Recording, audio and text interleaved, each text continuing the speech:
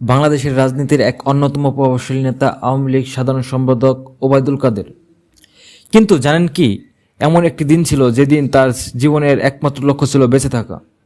5ই August সেই দিন ছিল তার জীবনের সবচেয়ে ভয়াবহ মুহূর্ত।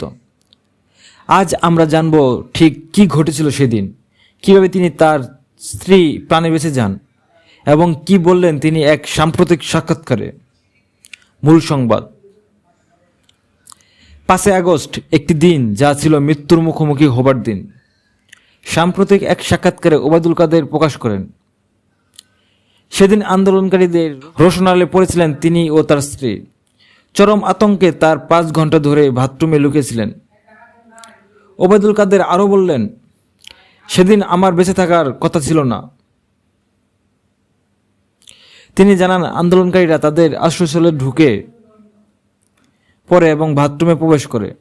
তবে অবাক করার বিষয় হলো, সেখানে থাকা কিছু আন্দোলনকারী তাকে চিনে ফেলেন, তার সঙ্গে সেলফি তুলেন এবং পরে নিরাপদে বের হয়ে যেতে তাকে সাহায্য করেন।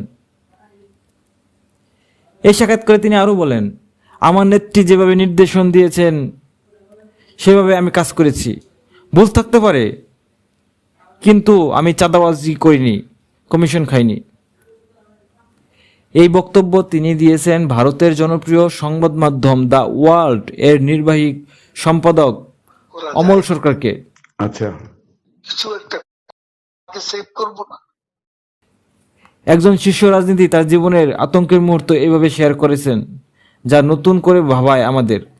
5ই আগস্ট সেই রাত কেবল একটি রাত নয়, একটি সময়ের সাক্ষী। আপনার কি মনে হয়, রাজনীতির এমন স্বীকারোক্তি পরিবর্তন বার্তা দেয়? কমেন্টে জানান আপনার মতামত।